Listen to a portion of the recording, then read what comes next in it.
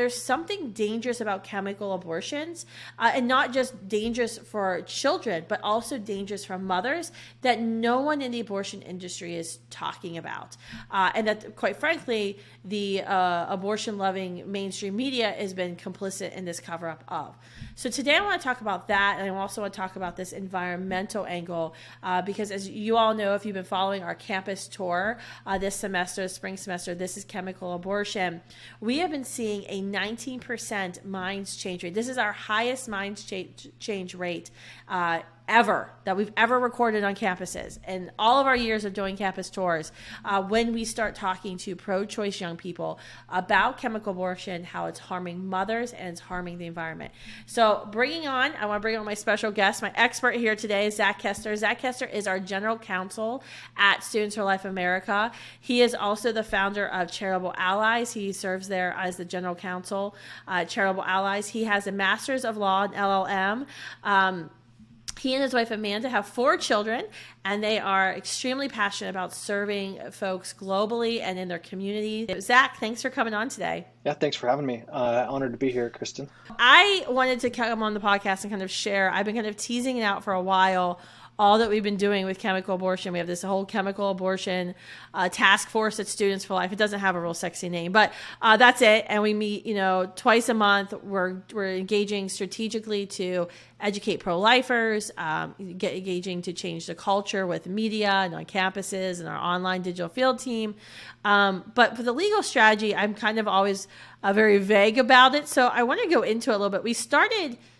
I believe we started this process by first FOIAing several cities and asking if water treatment plants in those cities were testing for chemical abortion active metabolites that we know remain, after a woman has had an abortion, they continue to remain active after, she is instructed to go to the toilet or the bathtub and flush. And so we have 22 plus years of chemically tainted blood, tissue, fecal remains that have been flushed down our toilets and our drains 5 million times. That's right.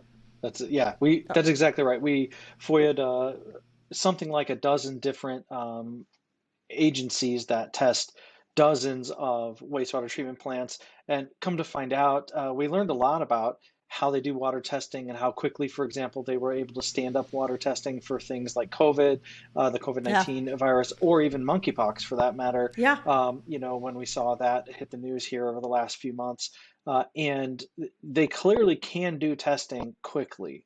But what's equally clear is that they do not test for the metabolites of RU-486, which is problematic, of course, because it's a very potent progesterone inhibiting drug, hormone essentially, that is intended to kill. It exists for the purpose of killing life, ending life.